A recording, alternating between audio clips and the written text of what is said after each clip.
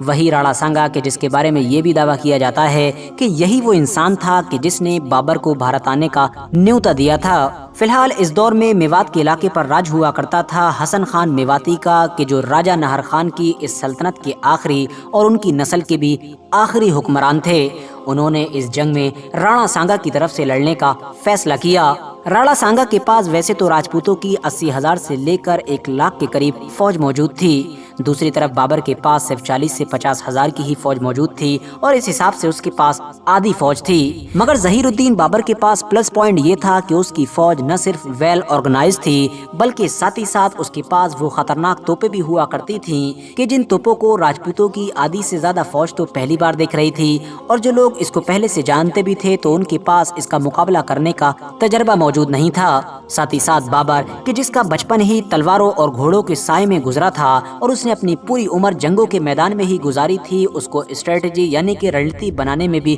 مہارت حاصل تھی۔ اس نے جنگ سے پہلے ہی دوسری طرف کے بہت سارے سیناپتیوں کو اور فوجیوں کو خریدنا یعنی کہ اپنی طرف ملانا شروع کر دیا تھا۔ جنگ شروع ہونے کے وقت تک آلریڈی بہت سارے سیناپتی، بہت سارے سردار کہ جس میں زیادہ تر ہندو راجپوت ہی شامل تھے، وہ بابر کی سائیڈ میں پہنچ چکے تھے۔ ایسے ماحول میں بابر نے حسن خان میواتی کہ جس کے انڈر میں ایک بڑی فوج موجود تھی ان کو بھی اپنی سائیڈ کرنے کی کوشش کی۔ حسن خان میواتی کو نہ صرف لالچ دیا گیا بلکہ ساتھ ہی ساتھ ان کو دھرم یعنی کہ مذہب کا بھی واسطہ دیا گیا، مگر اس کے باوجود بھی حسن خان میواتی نے غداری نہیں کی اور جو شپت لی تھی یعنی کہ راڑا سانگا کے ساتھ ہی لڑنے کا فیصلہ کیا۔ 16 مارچ 1527 کے دن خانوا نام کی لڑی جانے والی اس جنگ میں ظہیر الدین بابر کو فتح حاصل ہوئی۔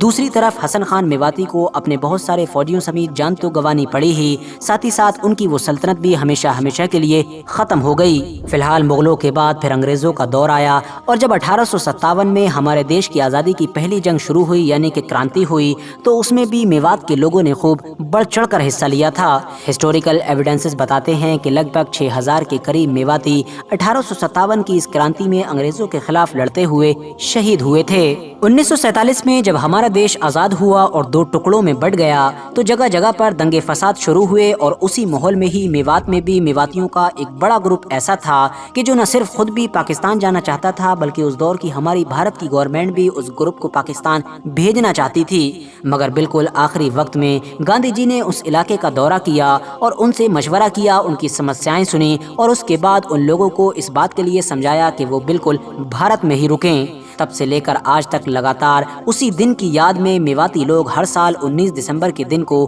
میوات دیوس کے طور پر مناتے ہیں۔ آج کے دور میں میوات کا یہ پورا علاقہ ایگریکلچر کو لے کر جانا جاتا ہے کیونکہ اس علاقے میں رہنے والے زیادہ تر لوگ کسانی سے ہی جڑے ہوئے ہیں۔ مگر دوستو قسمت کا ستم دیکھیے کہ جس میوات کے علاقے میں کسی دور میں امیر سے امیر سلطنتیں قائم ہوا کرتی تھیں اور جس میوات کی زمین سے طاقتور حکمران جنم لیا کرتے تھے، وقت کے ساتھ ساتھ وہ علاقہ غریب سے غریب اور بیکورڈ سے بیکورڈ ہوتا چلا گیا۔ آج حالات ایسے ہیں کہ ایجوکیشن اور باقی فیسلٹیز کو تو چھوڑیے، اس علاقے کے لوگ صاف پانی کے لیے بھی ترس جاتے ہیں۔ اس علاقے کے لوگوں کا کہنا ہے کہ جب بھی کسی طرح کے کوئی الیکشن ہوتے ہیں تو وہ ہمیشہ سب سے پہلے پانی کا مدعا اٹھاتے ہیں، مگر اس کے باوجود بھی انہیں پینے، کپڑے دھونے یا اس طرح کی بیسک ضرورتوں کے لیے بھی پانی نہیں مل پاتا ہے۔ ایجوکیشن کا حال یہ ہے کہ یہاں کا لٹریسی ریٹ 55% سے بھی نیچے ہے، یعنی یہاں کی صرف 54 سے 55% آبادی ہی پڑھی لکھی ہے، جو باقی انڈیا کے مقابلے میں کافی گرا ہوا ہے۔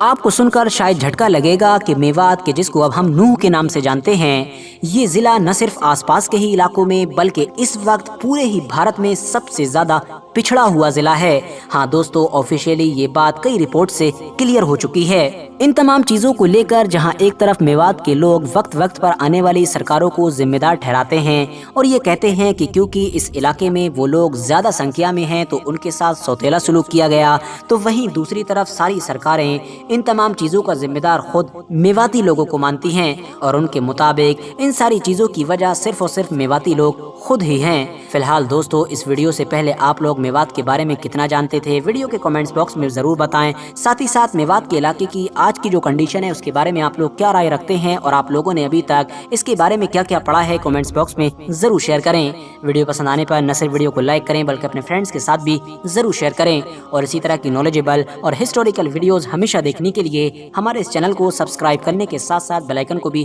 ضرور پریس کریں۔